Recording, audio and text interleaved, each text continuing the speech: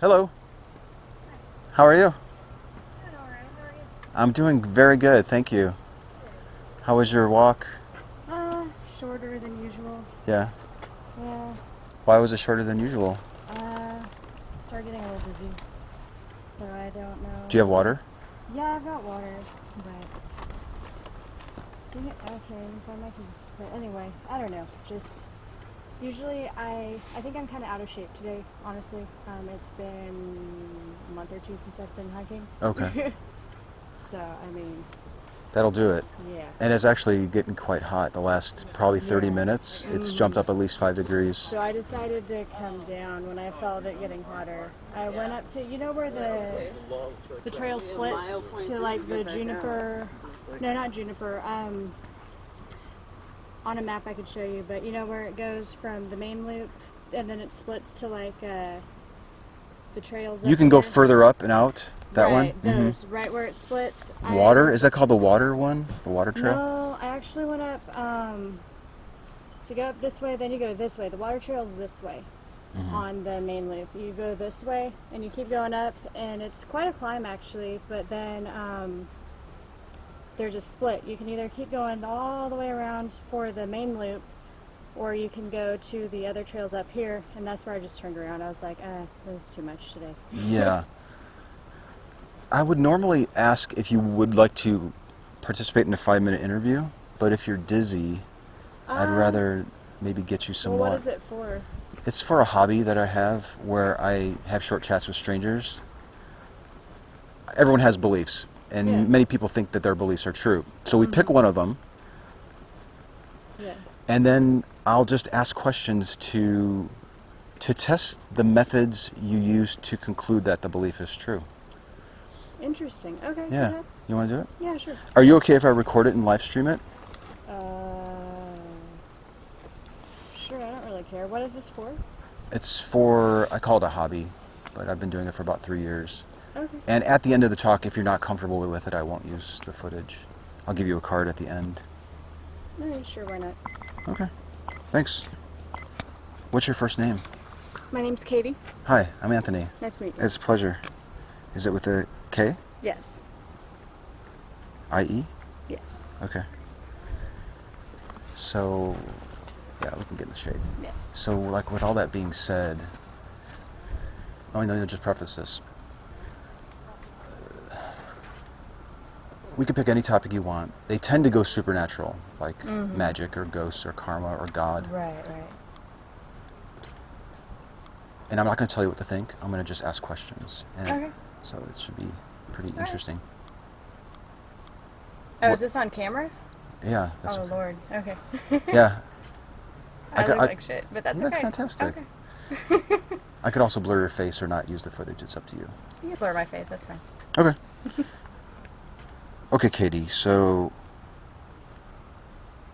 let's talk about something you really think is true.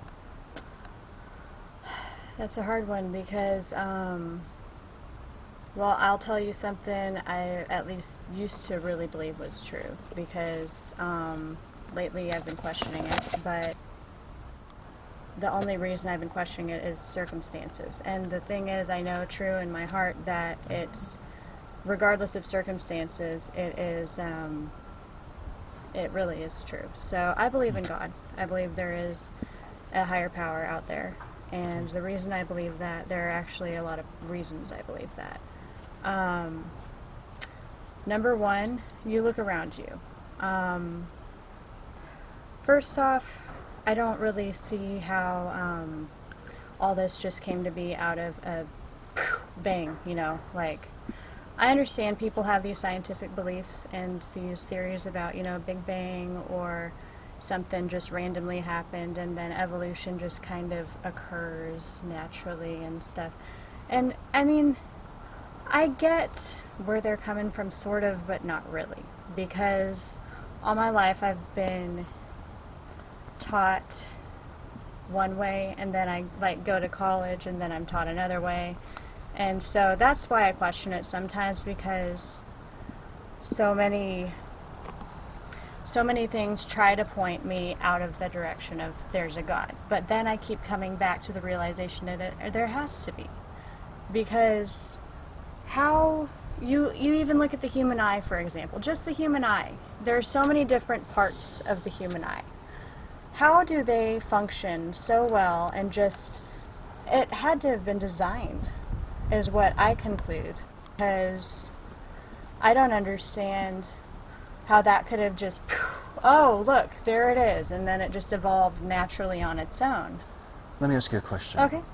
If the complexity of the human eye, or any eye, could be explained to your satisfaction, or science is actually able to one day explain to your satisfaction how the universe started, for example. Right. Would you still believe in the God, or would that just bring you back into the questioning phase? That is a good question. Like I said, I've still been questioning here and there, but I kind of always come back to that. I would probably still believe there was a God, honestly. So there must be another reason why you continue to hold on to the belief besides looking around and seeing trees and seeing complexity. Because also, I feel like there has been supernatural things in my life. Can you give me your best example?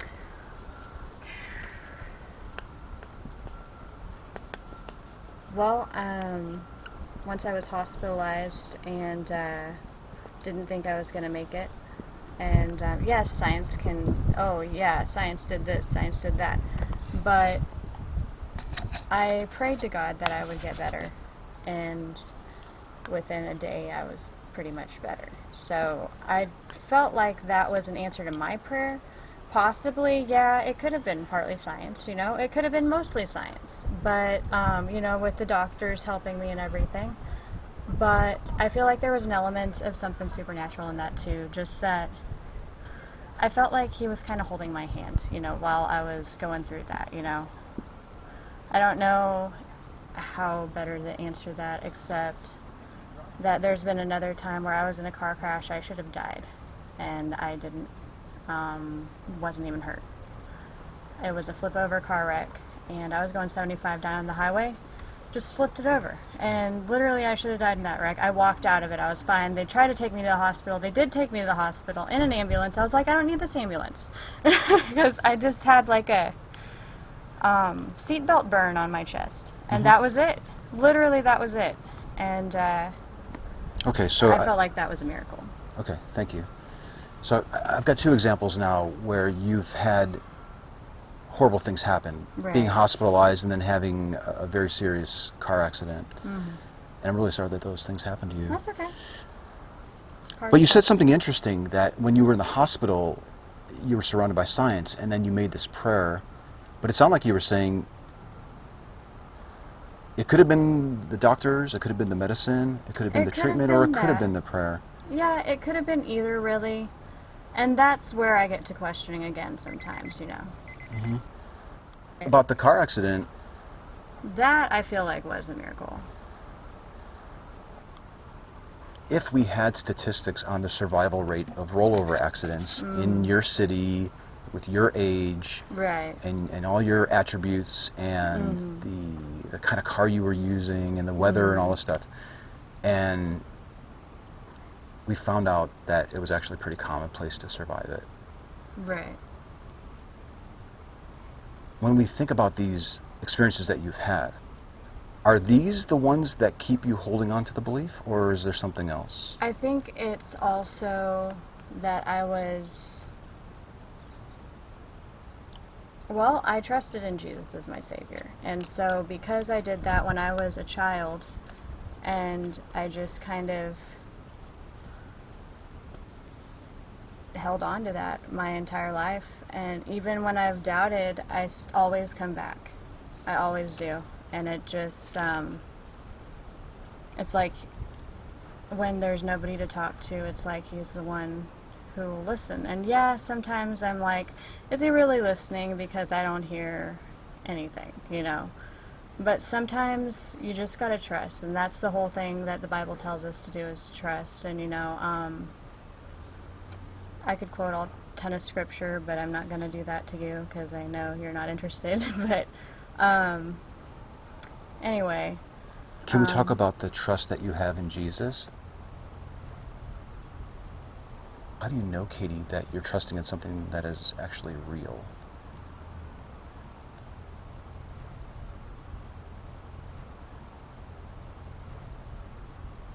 Well, that's another good question, because I could ask that of you, of certain scientists and certain scientific findings, even, because to be honest, some of it's rigged. How do you know what's not rigged and what is, you know? But... Is that your way of saying that you have the ability to test your trust in Jesus? No. You can't test everything in science either. Because some of the data is false. How do you know what's coming out at you that's true? You know what I mean? People falsify things all the time. But the thing that I'm getting at is, I can't prove mine, but you can't prove yours 100% either. And trust is kind of a just... I mean, yeah, it's not something you can necessarily prove all the time.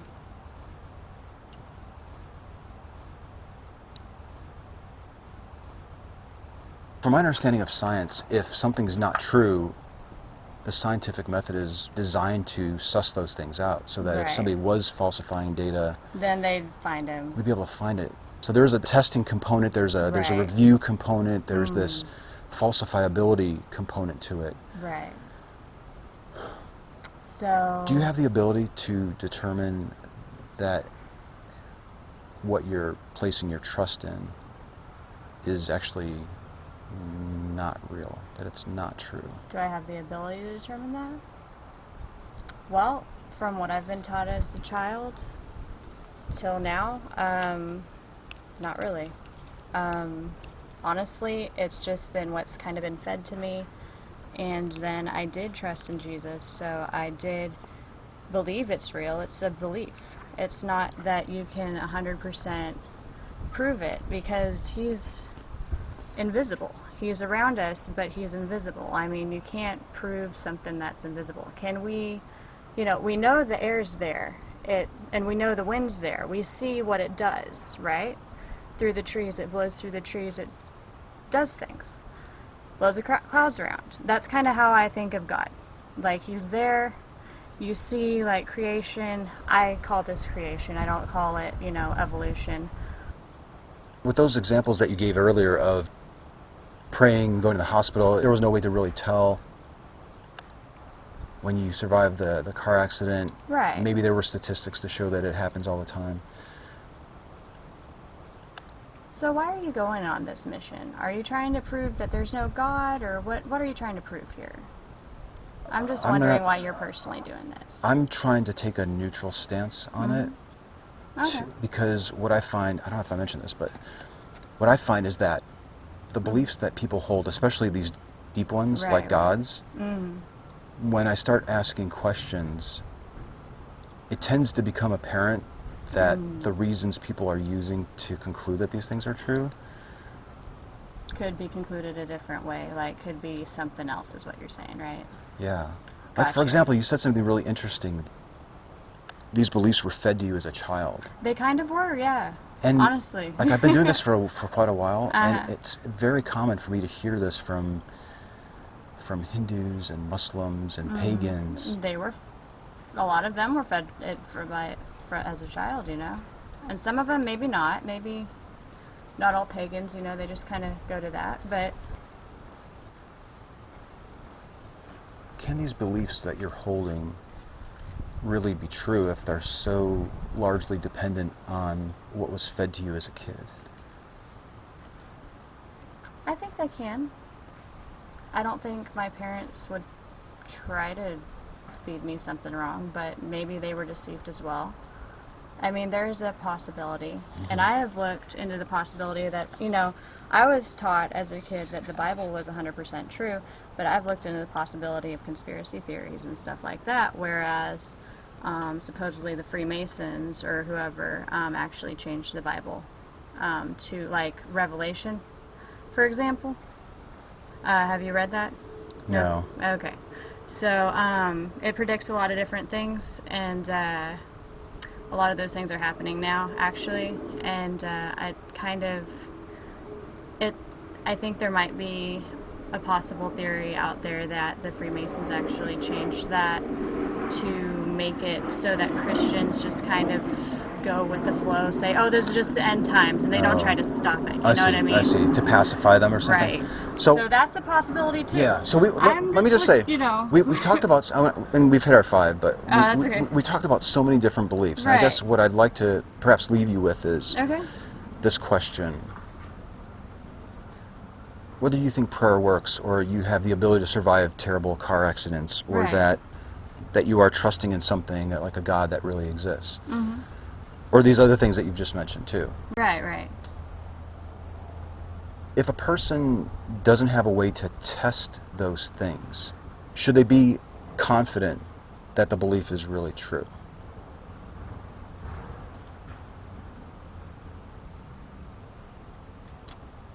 I guess it depends on the person, because that's a hard question. I don't know, because honestly, I can't test mine. You know, I can't just test it other than really believing in my heart and really knowing that there's got to be something greater, because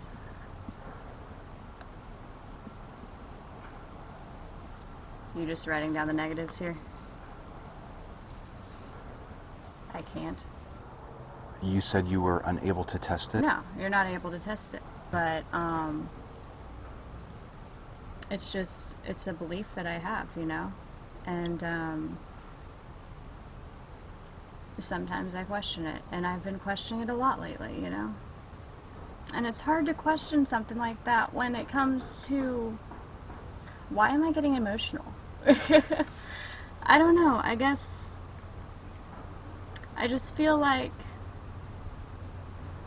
everything I've learned as a child, you know, it just kind of, I question it now, and it scares me because I don't know what to do next sometimes, you know? And if science is the answer, well, what's the big fucking meaning of living, right? What is the big meaning?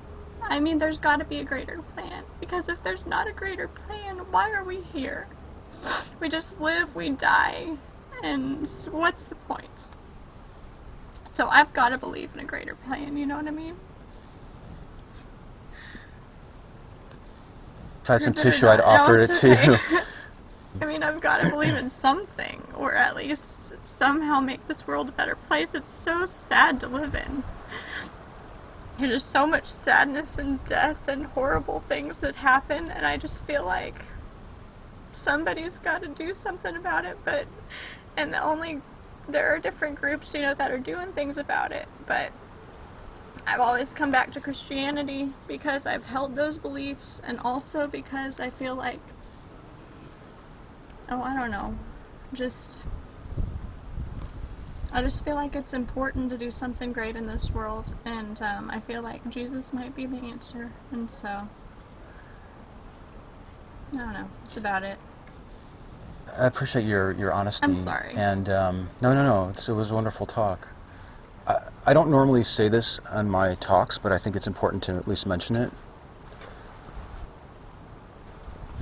There's a growing community of people that don't believe in any gods, and they do find a tremendous amount of meaning. Okay.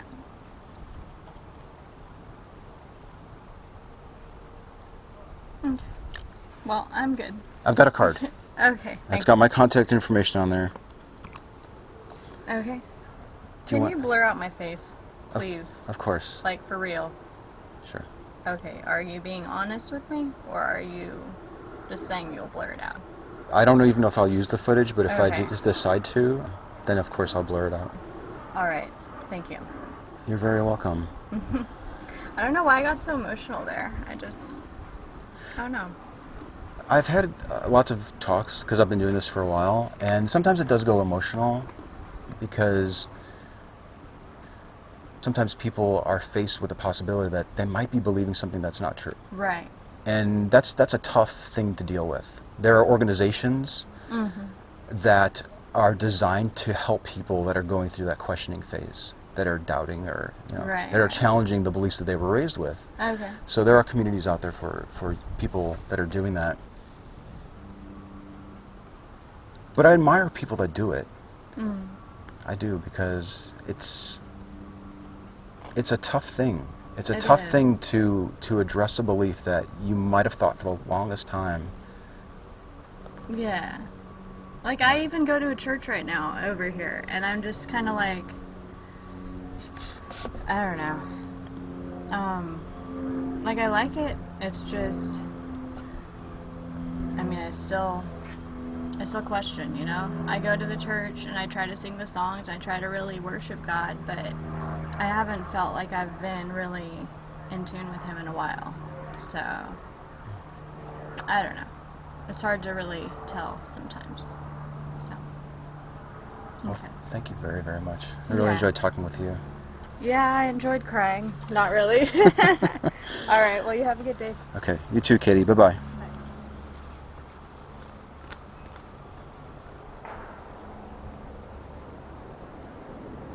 Very emotional talk there with Katie. When we first started off, she was explaining that, well, if you look around, you can see design. Look at the trees. Look at an eye. You can see that complexity, and there has to be design. Everything couldn't have just started from a bang. When I asked if those could be explained to her satisfaction, she said that she'd still believe. She mentioned that she was taught one way, and that was the Christian way. And then she mentioned that she was involved in a car accident and then went to the hospital and prayed. But those times when that happened, she didn't have the ability to know for sure that it was really her God. But she said that she trusted in Jesus, and I think that was probably the closest we got to her explaining that she believes in something because of faith. She never said faith, but she came awfully close, and I think she was hinting at that when she said that she just trusted in Jesus because it was fed to her as a child. Now, at one point, and this is going to sound a little strange because of the emotional ending there, but at one point I started to get the feeling that she was becoming hostile, subtly hostile to me, because at one point she says something like, "Are you only writing down the negative stuff?" Which I never really looked at it that way, that it would be perceived that I was just jotting down things that were negative, but they were just things that were coming up in the conversation. And then she was watching me write that down and then thinking about it as I was jotting it down and then wondering, why am I only writing down the bad stuff? That ended on a very emotional note. She started to cry. That's happened only a couple of times. I'm remembering now that she said that she was dizzy on the trail and left early. I hope this isn't perceived like I was trying to take advantage of her physical state.